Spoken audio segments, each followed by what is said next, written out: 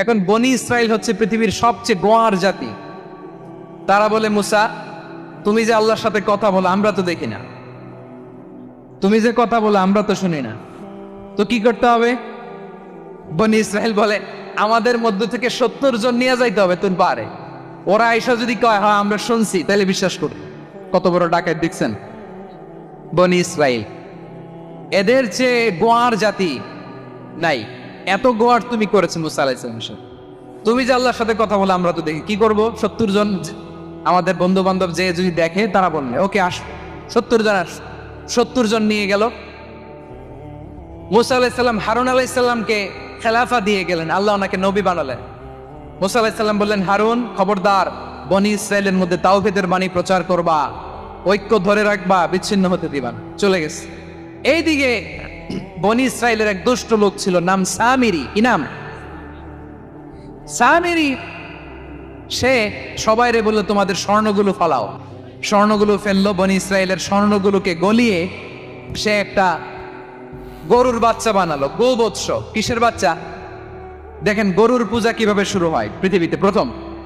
গোবৎস পূজা, গরুর বাচ্চার পূজা কিভাবে। সে স্বর্ণগলি গরুর বাচ্চা করে, জিবরাইল আলাইহিস সালাম যে জমিনে এসেছিলেন, ওই ফেরেশতার পায়ের নিচের একটু মাটি সে বুদ্ধি করে প্যাকেটে রেখে দিছে। সে গরুর বাচ্চা বানায় স্বর্ণ দিয়ে গলিয়ে ওই মাটি এটার মধ্যে ঢুকাই দিছে বেলকি দেওয়ার জন্য।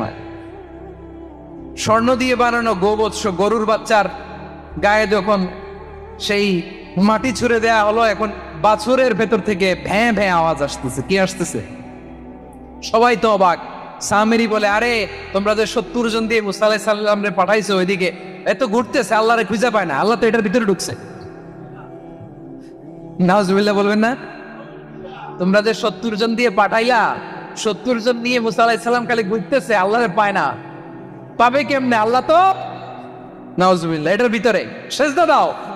এই সেজদা দিয়ে আল্লাহর নবী হারুন আলাইহিস সালাম বললেন, খবরদার, এটা সুস্পষ্ট শিরক। আল্লাহ সব গুনাহ মাফ করে, শিরকের গুনাহ মাফ করে না। খবরদার, তোমরা থামো। কে শোনে কার কথা? এই যে যেমন এখন আমরা, আপনারা আমার কথা শুনতেছেন না? শুনতেছেন? হারুন আলাইহিস সালাম বললেন, খবরদার, এই শিরকি কাজে তোমরা সংযুক্ত হয়ো না। তোমাদেরকে কি মনে নাই আমার ভাই মুসা আলাইহিস সালাম কি বলছে? আল্লাহ শিরক মাফ করে না। খবরদার, শিরক করো না, আল্লাহরে ভয় করো। হারুন আলাইহিস সালাম তাদেরকে বুঝালেন, শিরক করো না, আল্লাহরে ভয় করো। শুধু এতটুকুই তিনি বুঝালেন, দাওয়াতি কাজ পালন করলেন, কিন্তু প্রতিরোধ করেন নাই, সশস্ত্র সংগ্রামে লিপ্ত হন নাই, বাধা দেন নাই। কারণ গৃহযুদ্ধ বেঁধে যেতে পারে। উনি ভাবলেন, আমি যদি আমার বাহিনী নিয়ে দাওয়াত দেওয়ার সাথে সাথে প্রতিরোধ করি, আক্রমণ করি, ওরাও আমারে আক্রমণ করবে, ব্লাডশিড হবে, রক্তপাত।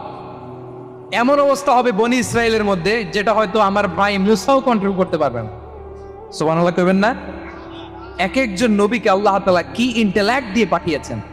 তিনি ভাবলেন, আমি দাওয়াতি কাজটাই করি, এটা যে হারাম এটা থেকে শুধু বারণ করি, কিন্তু প্রতিরোধ না করি। আমি যদি ঐক্য ধরে রাখতে পারি, বাকিটা আমার ভাই সামলে নেবে। সুবহানাল্লাহ। হারুন আলাইহিস সালাম প্রতিরোধ করলেন না।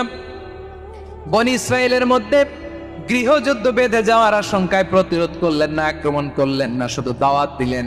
ইন দা মিন টাইম মুসা আলাইহিস সালাম আল্লাহর সাথে কথা বলে যখন ফিরে আসলেন, দেখলেন বনি ইসরায়েলের অধিকাংশ লোক মুশরিক হয়ে গেছে। মুশরিক হয়ে গেছে। মুসা আলাইহিস সালাম রেগে গেলেন। রেগে প্রথমে বনি ইসরায়েলদেরকে অ্যাটাক না করে ভাইয়ের দাড়ি ধরলেন। হারুন আলাইহিস সালামের দাড়ি আর চুল। মেজাজি নবী ছিলেন। হারুন, তুমি কি করলা? তোমার কি দায়িত্ব দিয়ে গেলাম, তুমি কি করলা? তুমি থাকতে বনি ইসরাইল কেমন করে শিরকের কাজে নিমজ্জিত হয়ে যায়? সাইয়েদনা হারুন আলাইহিস সালাম বললেন, ইন্নী, কোরআন সাক্ষী, কোরআন থেকে কোট করছি, ইন্নী খাশীতু আন তাকুলা ফাররাকতা বাইনা বনি ইসরাঈলা ওয়া লাম তারকুব কওলি। ও আমার ভাই, আমার দাড়ি ধরবেন না, আমার মারবেন না।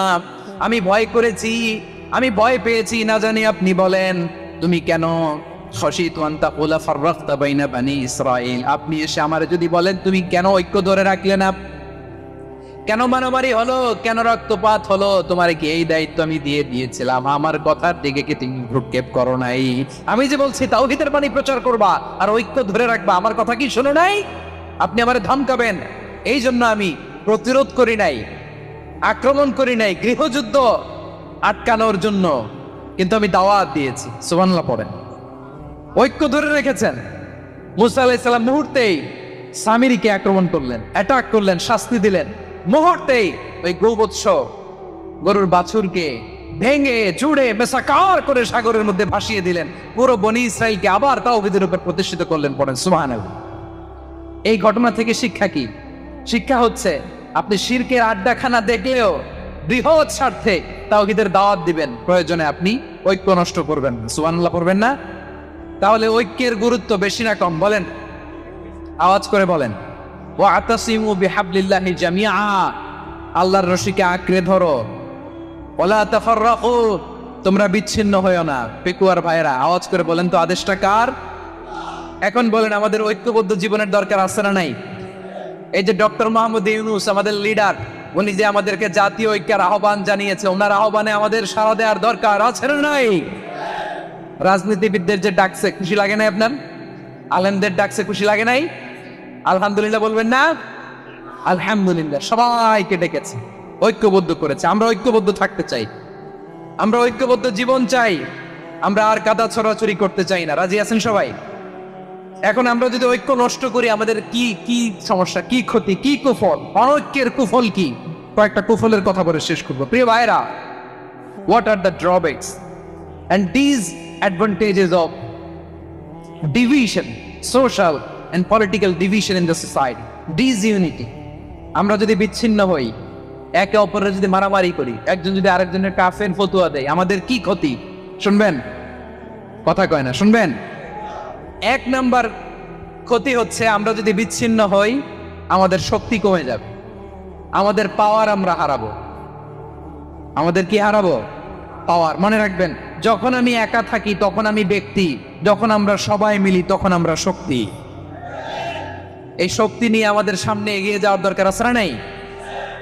তাহলে আমরা যদি নিজেরা বিরোধে লিপ্ত হই, আমাদের ক্ষমতা, পাওয়ার ছুটে যাবে। আমরা এই পাওয়ার হারাতে চাই না, ঠিক কিনা বলেন? রব্বুল আলামিন ঠিক তাই বললেন। রব্বুল আলামিন বললেন, খবরদার, ওয়াতিউল্লাহ ওয়া রাসূলাহু ওয়া লা তানাযাউ ফাতাফশালু ওয়া তাযহাবা রিহুকুম ওয়াসবিরু ইন্নাল্লাহা মা'আস সাবিরিন। আল্লাহর আনুগত্য করো, নবীর আনুগত্য করো, কিন্তু খবরদার নিজেরা বিরোধে লিপ্ত হয়ো না, নিজেরা মারামারি করো না, তাহলে তোমাদের শক্তি কমায় দিবে কে? ফাতাফশালু, তোমরা সাহস হারাবা, ওয়া তাযহাবা রিহুকুম, তোমাদের শক্তি কমে যাবে, পাওয়ার কমে যাবে। তাহলে আমরা যদি নিজেরা মারামারি করি, আমরা নিজেরা যদি বিচ্ছিন্নতায় লিপ্ত হই, আমরা যদি মতানৈক্য করি, তাহলে আমাদের শক্তি কমে যাবে, ঠিক কিনা? আমরা শক্তি কমাবো। আচ্ছা, ছোট্ট একটা বাঁশের কঞ্চি যদি আপনারা দেয়, পায়ের মধ্যে ধাক্কা দিয়ে ভাঙতে পারবেন না? এরকম বাঁশের কঞ্চি যদি 20টা একসাথে জোড়া লাগায় দেয়, ভাঙতে পারবেন? কথা বুঝে নাই মনে হয়। চিকন একটা বাঁশের কঞ্চি দিলে ভাঙা যাবে না? এরকম চিকনই 20টা বাঁশের কঞ্চি একসাথে লাগাই দিলে ভাঙতে পারবেন? কারণ যখন আমি একা থাকি তখন আমি ব্যক্তি, যখন আমরা সবাই মিলি তখন আমরা শক্তি। আমরা যেন শক্তি না হারাই। আমরা বিরোধে লিপ্ত হলে আমাদের শক্তি কমে যাবে। এই হচ্ছে 1 নম্বর ডিসঅ্যাডভান্টেজ। 2 নম্বর ডিসঅ্যাডভান্টেজ